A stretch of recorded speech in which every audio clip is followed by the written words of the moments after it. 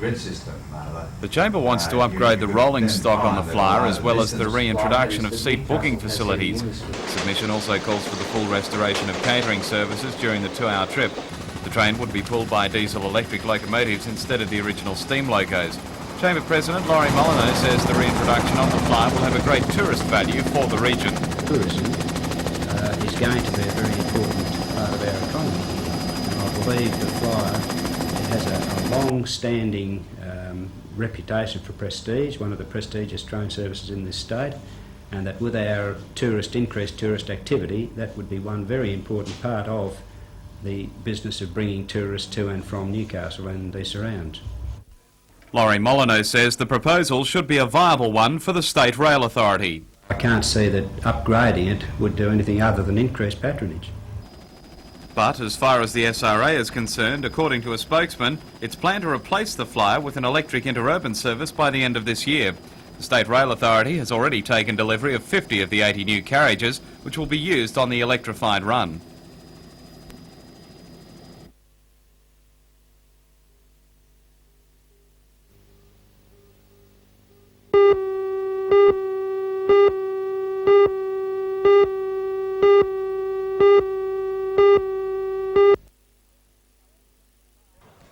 The Cessnock Goannas in black and gold ran rampant from the outset and had rattled up 26 points by the break with some excellent free running, admittedly through defence that was hardly test class.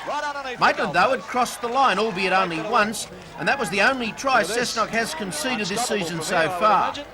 In the second half, the big experienced pack from the wine country just toyed with the opposition and added 36 points. If there was a best player, as they all played well, it was Mick Schofield, last year's NBNJ's Player of the Year, who showed kicking skills to go round the corner in style for 10 from 11 from all parts of the ground. The Goannas are rolling, and it will take a good team to slow them down. Goodness.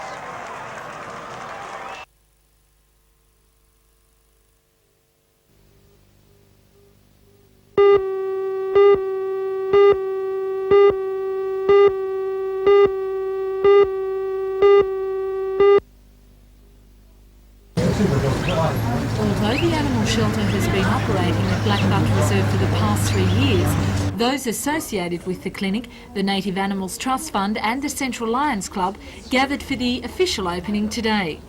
The main function of the shelter is to provide care for orphaned animals that are found on the reserve or brought to the park ranger from other areas. Complete with a humi crib and a heated waterbed, the animals are cared for and nurtured back to health. A unique rehabilitation idea is the buddy system, where young wallabies and kangaroos learn survival skills from each other. The shelter is a much needed service, as Ray Raisback explains.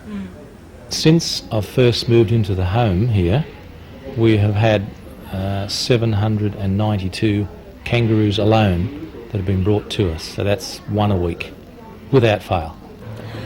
After the animals have been cared for at the shelter, they're released or sent to other zoos or sanctuaries. But if they're lucky enough, some get an overseas trip, like Monty, who'll be going over to China at the end of this year.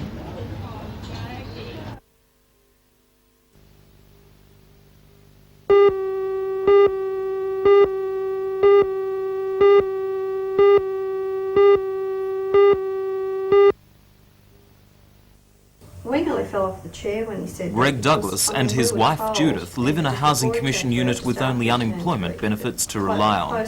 A month ago, Judith was diagnosed as having a hole in the heart, and so far her medical bill has totalled $450. As well, their tiny 3-year-old son Peter was born with a congenital heart defect. On top of that, Greg's 1-year-old daughter April suffers cerebral palsy and requires treatment by a physiotherapist. Greg and Judith recently had the phone put on to stay in contact with doctors, and the first bill, including the connection fee, is $285. Greg spends much of his time driving his family to and from medical treatments. And when his elderly falcon suffered a major breakdown, it was almost more than he could bear. Today, help arrived in the form of John Britton from the Terminally and Chronically Ill Children's Association of New South Wales. The association will pay the telephone bill. The Lake Macquarie Private Hospital, where Judith has been receiving treatment, today waived her medical bill.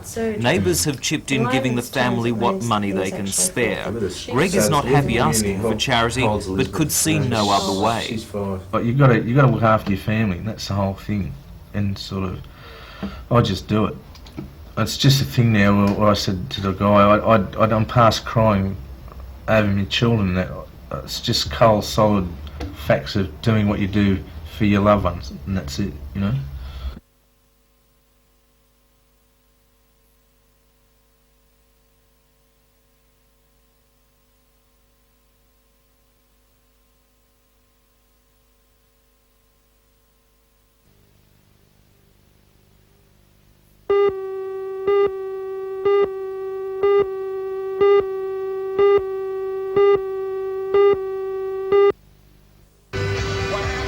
2KO was the first venture by Newcastle's Lamb family into the media industry, but of late the station has fared poorly, languishing at third overall in the ratings. The family company Broadcast Investments will sell 2KO and 2MC at Port Macquarie to Wesgo in a deal that is rumoured to be worth $11 million. Insiders say the announcement will be a shares deal.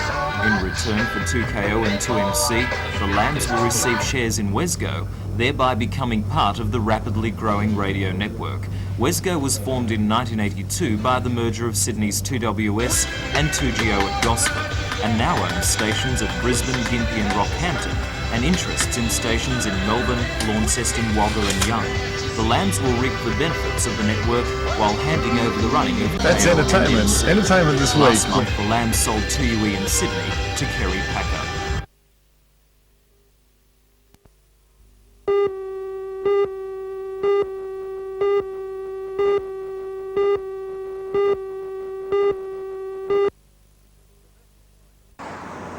The Veteran Cyclist Marathon is nearly 3 times as long as the Commonwealth Bank Sydney to Brisbane Classic. Sponsored by the Apple and Pear Corporation, it's just under 3,000 kilometres in 20 days. From the apple country of Tasmania's Huon Valley, through the orchard country of Victoria and New South Wales, and winding up in Brisbane. The field of 17 veteran cyclists from 52 to 70 years of age is just over the halfway mark and reached Newcastle late this afternoon. Fittingly, the first man home today was 57-year-old Novocastrian Jim Hewitt, a 1948 representative for Ireland in the World Amateur Road title. He's running 7th in the 52 to 59-year-old class overall, and Newcastle is also represented in the over 60s by New Lambton cyclist Jack Probst. 6 riders have dropped out along the way, including Newcastle's Bob Kerwood, who hit a dog in Tasmania and was hospitalised with a broken thigh. Former national champion 61-year-old Victorian Cecil Cripps is the race organiser. Well, it's been very tough, Matt. You know, some of the stages were horrendous. The Albury to Batlow stage, we had extremely cold weather. We had to be prized off our bikes because we were just absolutely frozen. And in Tasmania, we had headwinds galore. It was really tough. But they come up next morning, these fellows. They're bright as buttons, you know, and that's indicative of their fitness. They've got pulse rates of 50 to 53 beats a minute, and that's far better than the average person of their age.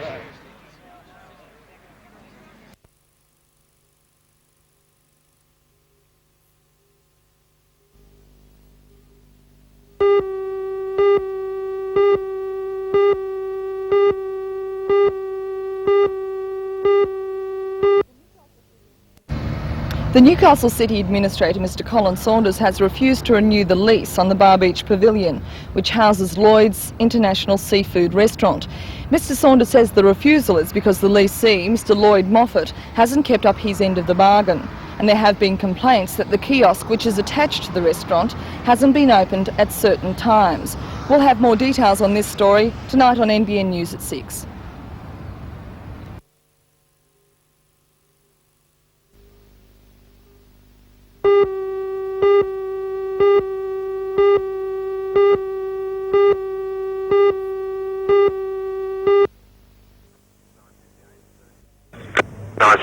Soon. Fire and ambulance units, police, the State Emergency Service, ambulance paramedics and volunteer rescue teams were called to this cold storage company in West Gosford. The exercise simulated an explosion, fire and toxic gas leak in the plant room of the factory. 20 workers, all with varying injuries, took the parts of the victims, while umpires and referees assessed the performance of each participating rescue service. Firemen, donning breathing apparatus and protective suits, were first on the scene. They controlled the fire and gas leak, and after injuries were assessed, they carried the patients to waiting ambulance officers. Patients were then treated on the scene and taken to Gosford Hospital. Ambulance paramedic Pat Kennedy says the performances in the exercise will be thoroughly examined. Any improvements to technique will be made. He says the need for this first joint exercise has come from the increased demands placed on rescue services in recent times. Quite a unique setup. It's the first time we've really had an exercise in the Gosford area, let alone one in the cold storage area. We've had a number of unfortunate incidents in Sydney over the last few weeks involving fires within hospitals, explosions in factories and chemical leaks, and we've decided that we'd bring that experience up to Gosford for the first time and test out our resources up in the Gosford area. How is an exercise like this assessed? Well, all the umpires at the end of today, every officer concerned will go back to the Point Clare ambulance station where they'll be holding an official debriefing session. And after that, once again, the umpires submit written reports to the various authorities saying how they think the exercises can be improved for the future. So it's a pretty foolproof method.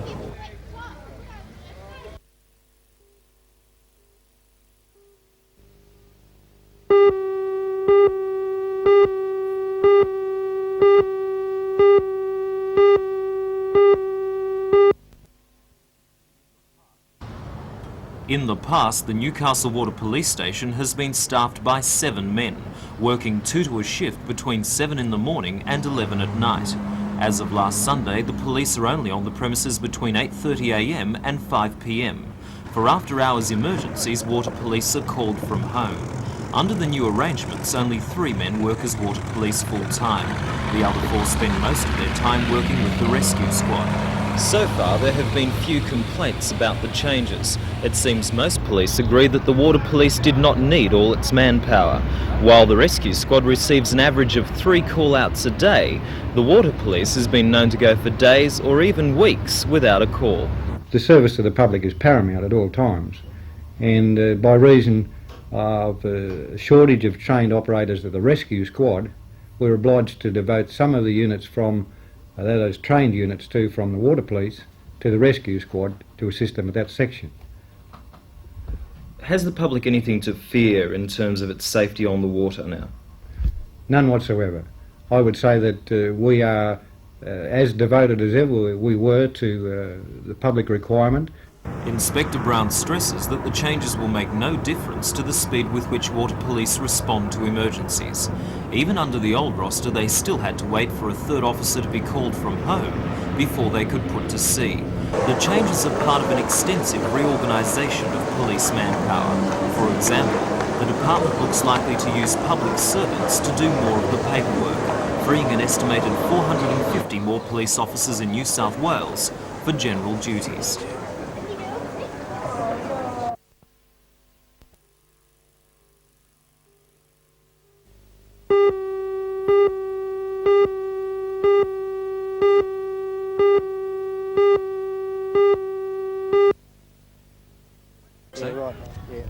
Western Suburbs came from behind 14-12 at half-time to beat a South Side that attacked with enthusiasm at times but failed to tackle with the same gusto. West on occasions, though, were a little better. Even though the weather has cooled, both sides looked short of full match condition in the second half. South went to an 18-12 lead but failed to contain the Rosellas, who had more purpose. West got to the lead after this try by Glenn Murray. It was his second. Greg Egar made the break. No one wanted to tackle him. The speed of Mitchell Knight got Murray into the clear with the South defence gone.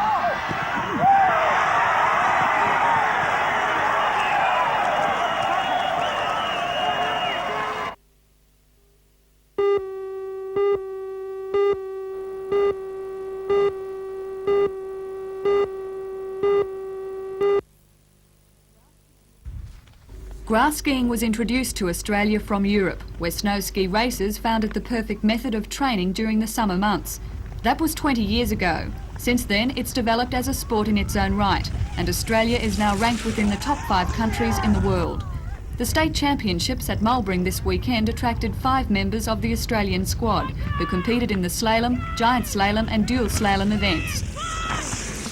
When the dual slalom, what we have is 2 men or 2 women skiing, one against the other. The objective is to have 2 runs, 1 of each course, and then they combine the times and the fastest goes through to the next round. The slowest, of course, is eliminated. Best performers in the men's events were Chris Rogers, Craig White and David Reed. In the women's, 13-year-old identical twins Kylie and Justine Williams dominated the field. Australia will compete in the World Championships next year. The squad expects to acquit itself well. Next year, with the World Championships in Japan, we're expecting to do very well. Everyone's very keen after last year's circuit in Europe, and we've stepped up our training program, so now we're training every day of the week, racing every weekend. I think we're going to have someone definitely up in the top 3 or 4. We're hoping for a win, but I think we have 4 or 5 in the top 10.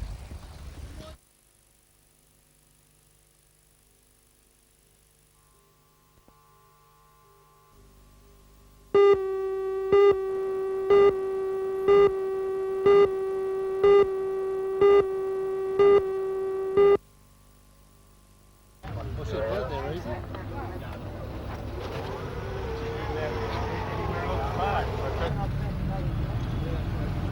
You take a walk back over there.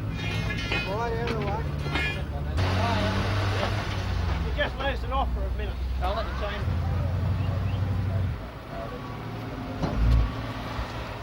Now I'll back mine off. I think mine's fall against yours now.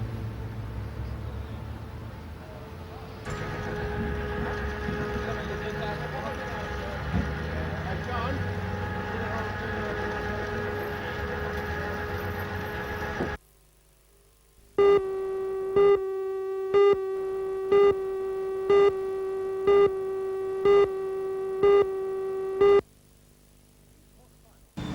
The quarter-final match between Manly and St George in the midweek knockout competition will commence at 7:30. $20,000 worth of temporary lighting is in place, as is the now necessary ground artwork. And league manager Graham Hards says ticket sales have been strong. Ticket sales are going along tremendously well.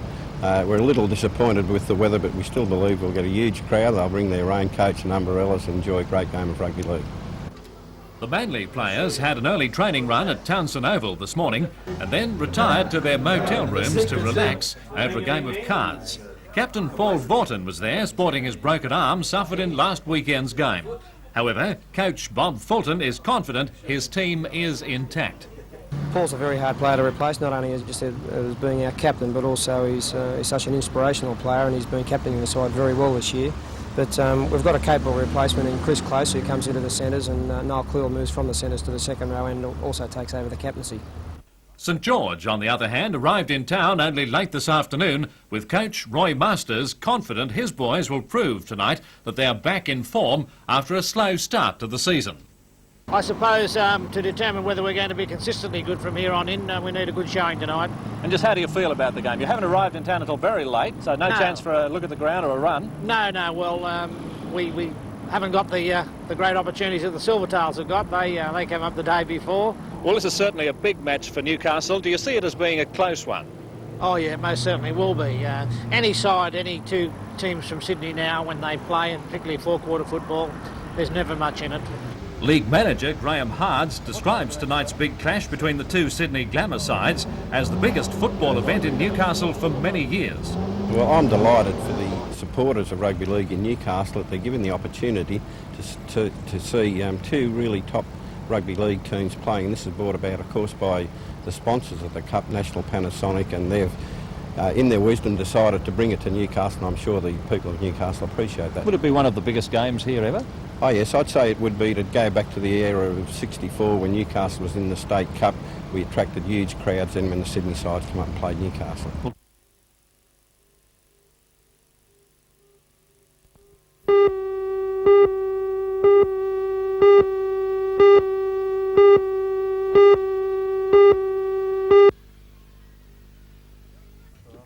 The show is the major one of its type in the Hunter and carries an A-grade classification.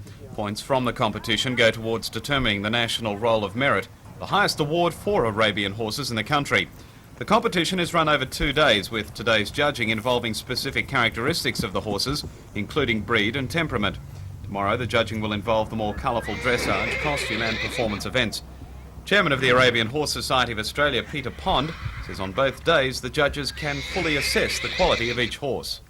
On the 2 different days they're looking for different things. On the first day they're looking at the animals by themselves, just as horses standing without saddles and bridles or people on them, and they're looking at conformation and breed type, and they're assessing one horse against another in relation to that and soundness. On the second day you're taking in the performance of the animal doing certain manoeuvres in particular class specifications. So there is a big difference between judging a halter horse or an in-hand horse and one that is under saddle in various types of events.